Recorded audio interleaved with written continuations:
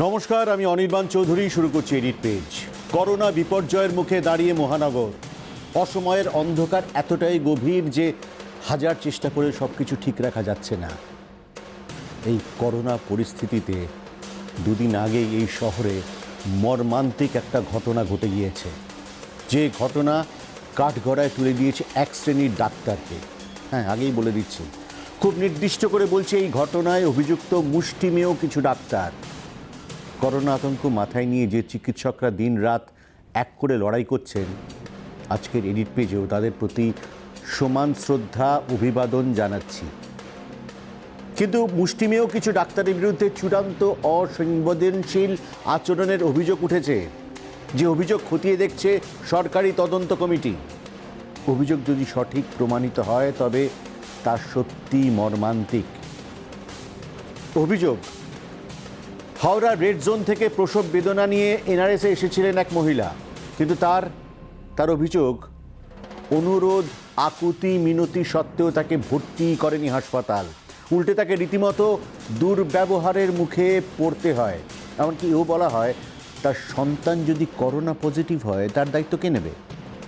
বকলমে মুচলেখা লিখিয়ে নেওয়া হয়েছে। বাধ্য হয়ে ফিরে যেতে হন, তার মহিলা বাড়ি ফিরে যান এবং সন্তান ভূমিষ্ঠ হয় বাড়িতেই, সেখানেই মারা যায় কিছুক্ষণের মধ্যে।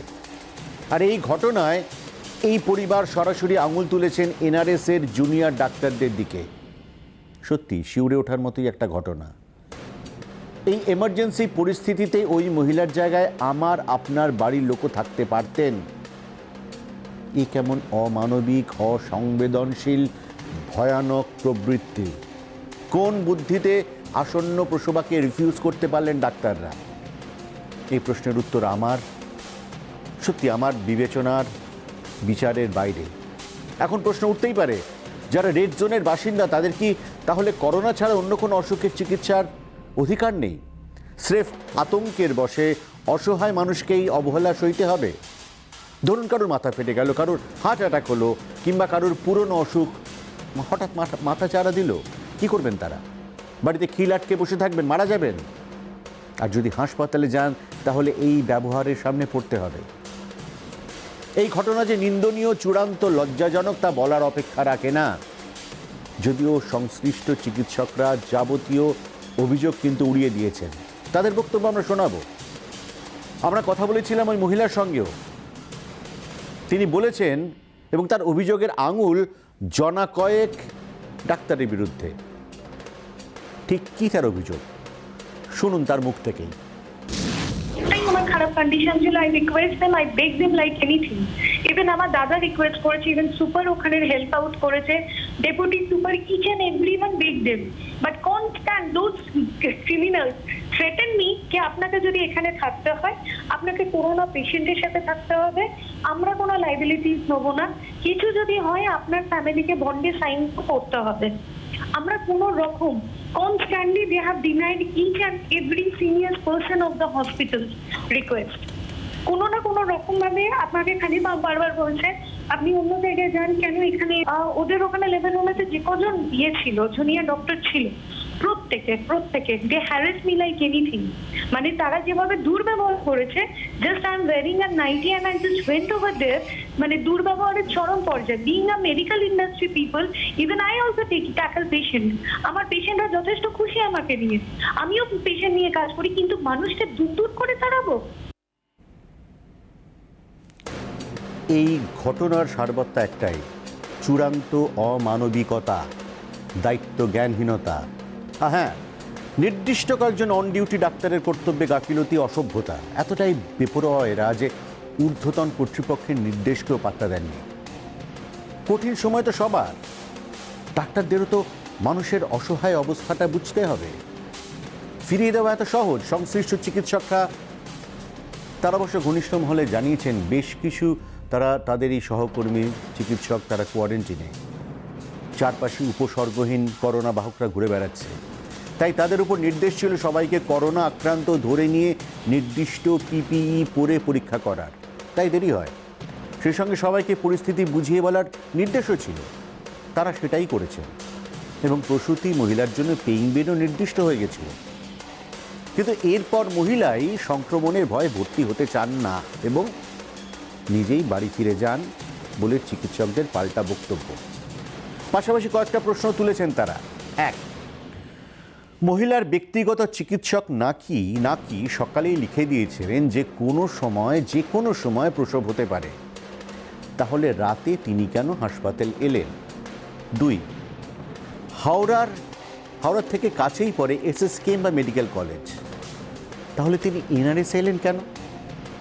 তিন, এনআরএস থেকে যদি ফিরিয়ে দেওয়া হয় বা ফিরিয়ে দেওয়ার পর সে সময় থেকেই নাকি রক্তক্ষরণ শুরু হয়, তাহলে অন্য কোনো সরকারি হাসপাতাল বা বেসরকারি নার্সিংহোমে না গিয়ে বাড়ি ফিরে গেলেন কেন তিনি? এইসব প্রশ্নের জবাব খোঁজার দায়িত্ব তদন্ত কমিটির, এডিট পেজের নয়। আমরা শুধু দুপক্ষের বক্তব্য তুলে ধরলাম আপনাদের সামনে। তবে এইটুকু শুধু বলতে পারি যে কোনো পরিস্থিতিতেই রোগীকে ফিরিয়ে দেওয়া চূড়ান্ত অন্যায়। ঠিক এই কথাটাই বলছে সরকার, কারণ এই ভুলের ক্ষমা নেই। সেদিন ডিউটিতে কারা ছিলেন, কারা এই কাণ্ড করলেন, হাসপাতাল কর্তৃপক্ষ সেটা খতিয়ে দেখছে। জনা পাঁচেককে চিহ্নিত করা হয়েছে, রিপোর্টে গেছে স্বাস্থ্য ভবনেও, দরকার হলে লাইসেন্স বাতিলের কথা ভাবা হচ্ছে। দেখুন, একটা জায়গায় একটু কঠিন হতেই হয়, এই জিনিস হতে পারে না। এই দুর্দিনে এমন ঘটনা ঠেকাতেই হবে। যে ঘটনা ঘটেছে সেটা নিন্দা করার কোনো ভাষা নেই। আজকের দিনে যখন সারা পৃথিবীর মানুষ চিকিৎসকদের মিস করতে করোনা মোকাবিলায় ফ্রন্ট লাইনে থেকে লড়াই করার জন্য, তখন যারা এই কাজ করেছে তারা আমাদের প্রফেশনের ব্ল্যাক শিপ ছাড়া কিছু না।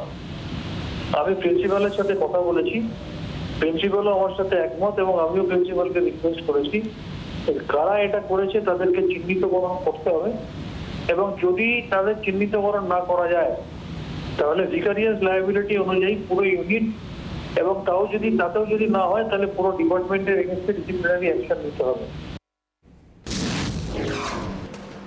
ছোট্ট মৃতদেহগুলি সবচেয়ে ভারী হয়।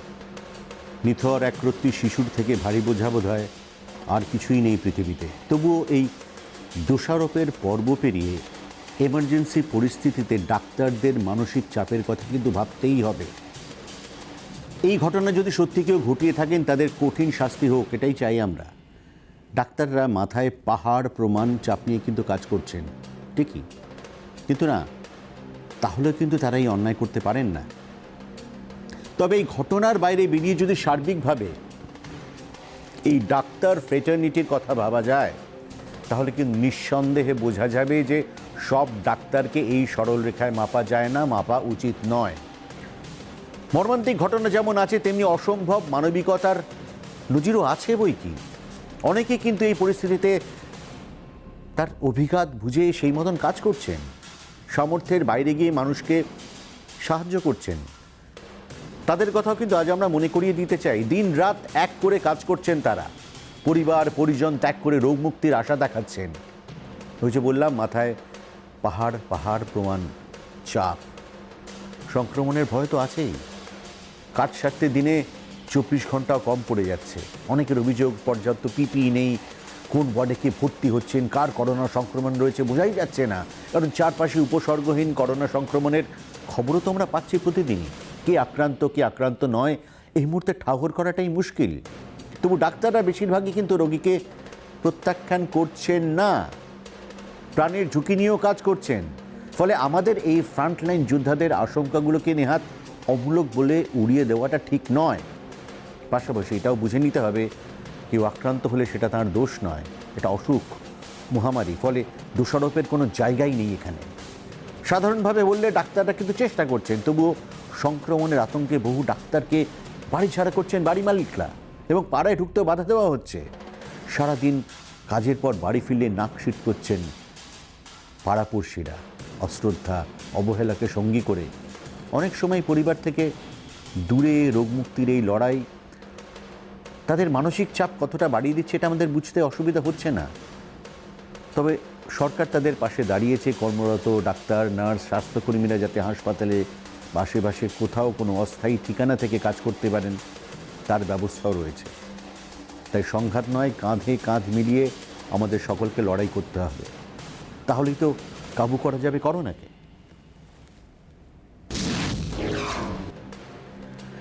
আজ থেকে লকডাউনের বিধিনিষেধ কিছুটা শিথিল করেছে রাজ্য সরকার। আক্রান্ত এলাকায় কেউই বাড়ি থেকে বেরোতে পারবেন না। কলকাতার জায়গায় জায়গায় ব্যারিকেড দিয়েছে পুলিশ। এইসব এলাকায় নাগরিক পরিষেবা সরাসরি বাড়িতে পৌঁছে দেওয়া হবে। যেসব এলাকা নিরাপদ সেখানে নিয়ম কিছুটা শিথিল হচ্ছে। ডেপুটি সেক্রেটারি ও তার থেকে উঁচু পদের সরকারি অফিসাররা ডিউটি জয়েন করতে পারবেন। গ্রুপ সি এবং তার নিচের পদের সরকারিরা যারা কর্মী আছেন তাদের কাজে যোগ দেওয়ার পারমিশন দিয়ে দিয়েছে সরকার। তবে প্রতি দফতরে 25% বেশি কর্মী উপস্থিত থাকতে পারবেন না। পর্যায়ক্রমে তারা ডিউটি করবেন এবং চটকলে একদিন অন্তর অন্তর 15% কর্মী কাজ করতে পারবেন। ইটভাটায় 15% কর্মীকে হাজির থাকার অনুমতি দেওয়া হয়েছে। চা বাগানে 25% কর্মী হাজির থাকতে পারবেন। ঘুরিয়ে ফিরিয়ে ডিউটি হবে। ডাক্তারখানা, বাজার, ওষুধ এবং এসেনশিয়াল কমোডিটিসের দোকান খোলা থাকছে। কৃষিকাজে কোনো বিধিনিষেধ নেই। রেশন পরিষেবা চালু থাকবে, অর্থাৎ বিধিনিষেধগুলি এখন বিপজ্জনক এলাকাগুলিতেই সীমাবদ্ধ হয়ে গেছে। বাকি রাজ্য জীবনের চাকা যাতে গড়িয়ে যায় সেটা নিশ্চিত করার জন্য চেষ্টা চালিয়ে যাচ্ছে প্রশাসন। কেন্দ্রের তরফে যে নির্দেশিকা জারি করা হয়েছে তাতেও নির্দিষ্ট কিছু পণ্য এবং পরিষেবায় ছাড় দেওয়া হয়েছে। কিন্তু এসেনশিয়াল কমোডিটিস বলতে যা বোঝায় সেটা নয় এমন পরিষেবায় কেন্দ্র কিন্তু এখনও বিকিনির অনুমোদন দেয়নি। পুরোপুরি লকডাউন কবে উঠবে এই প্রশ্নটা আপনাদের আমাদেরও। আপনারা বাড়িতে স্বেচ্ছাবন্দি থেকে অতিষ্ঠ হয়ে উঠেছেন, আর আমাদের কাছে লকডাউন ওঠা এটার মানে হচ্ছে করোনা নিয়ন্ত্রণে আসার সুখবর। সেই সুখবর কবে আসবে তা এখনও স্পষ্টভাবে জানি না। তবে লকডাউন ওঠানো নিয়ে বিশ্ব স্বাস্থ্য সংস্থা WHO যেসব শর্তের কথা বলেছে তা কিন্তু মোটেও সহজ নয়। যেতে পারেন, কিন্তু কেন যাবেন? বাড়ি থেকে বেরোলেই পুলিশের মুখে ঝোলানো অদৃশ্য জিজ্ঞাসা চিহ্ন। পাড়া বেরানোর জো নেই। যদি রেড জোনের বাসিন্দা না হন, বাজার দোকানের ছাড়পত্র মিলতে পারে। ওষুধের দোকানেও যেতে পারেন, কিন্তু প্রশাসন চায় না আপনি ঘন ঘন দোকান যান, বারবার বাড়ির বাইরে বেরোন। গণতন্ত্র এখন শৃঙ্খলায় বন্দী। উপায় নেই, করোনা এমনই কাণ্ড বাঁধিয়ে বসে রয়েছে, বাঁচতে হলে মানতে হবে। কিন্তু লকডাউন তো আবহমান কাল চলতে পারে না। একসময় এই নিষেধাজ্ঞা তুলতেই হবে।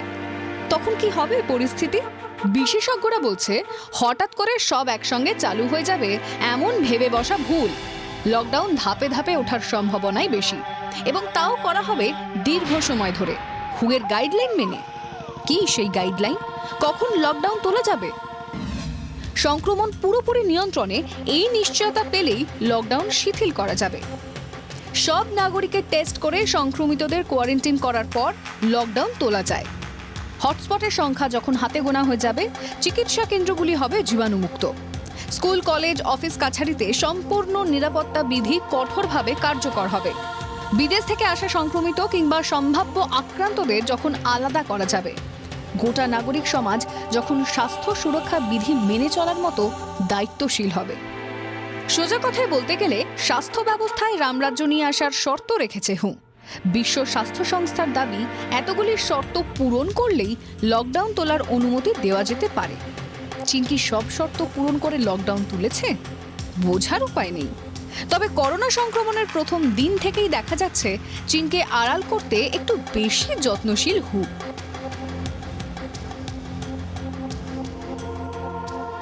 বজ্র আটুনি সব বাকিদের জন্য। ব্যুরো রিপোর্ট, জি24 ঘন্টা। বিরাট বিরাট শহর, আকাশ ছোঁয়া বাড়ি, চোখ ধাঁধানো সব কাফে, রেস্তোরাঁ, অফিস প্রাঙ্গণ, কিন্তু কোথাও মানুষের দেখা নেই। ঠাকুমার ঝুলি সেই কল্পকাব্য এইভাবে যে সত্যি হতে পারে ভেবেছিলাম কখনো, কিন্তু দেখুন এই মুহূর্তে বিশ্বজুড়ে সেই ছবিটাই ঘোর বাস্তব। মানুষহীন খাঁখা এমন সব শহরকে ইংরেজিতে বলে ঘোস্ট টাউন। করোনা তাণ্ডবে ত্রস্ত পৃথিবী এখন পুরোটাই যেন ঘোস্ট ওয়ার্ল্ড, নির্জন, নিঃসঙ্গ। অনেকে ঠাট্টা করে বলছেন এই গা ছমছমে ধুধু পৃথিবীতে হঠাৎ যদি দু একটা ভূতের দেখা মেলে তাহলে আশ্চর্য হব কি? কিন্তু জানেন কি, খবর পাওয়া যাচ্ছে এই ভুতুরে পরিস্থিতিতে রাতের অন্ধকারে কারা যেন ঘুরে বেড়াচ্ছে ইতিউতি। কেউ বলছেন ভূত, কেউ বলছেন চোখের ভুল। ব্যাপারটা কি? দেখলে চক্ষু ভ্রু চড়ক গাছ হয়ে যাবে আপনার।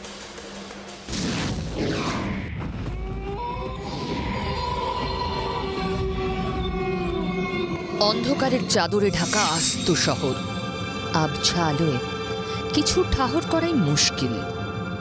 কিন্তু এ কি, ওদিকে ওরা কারা?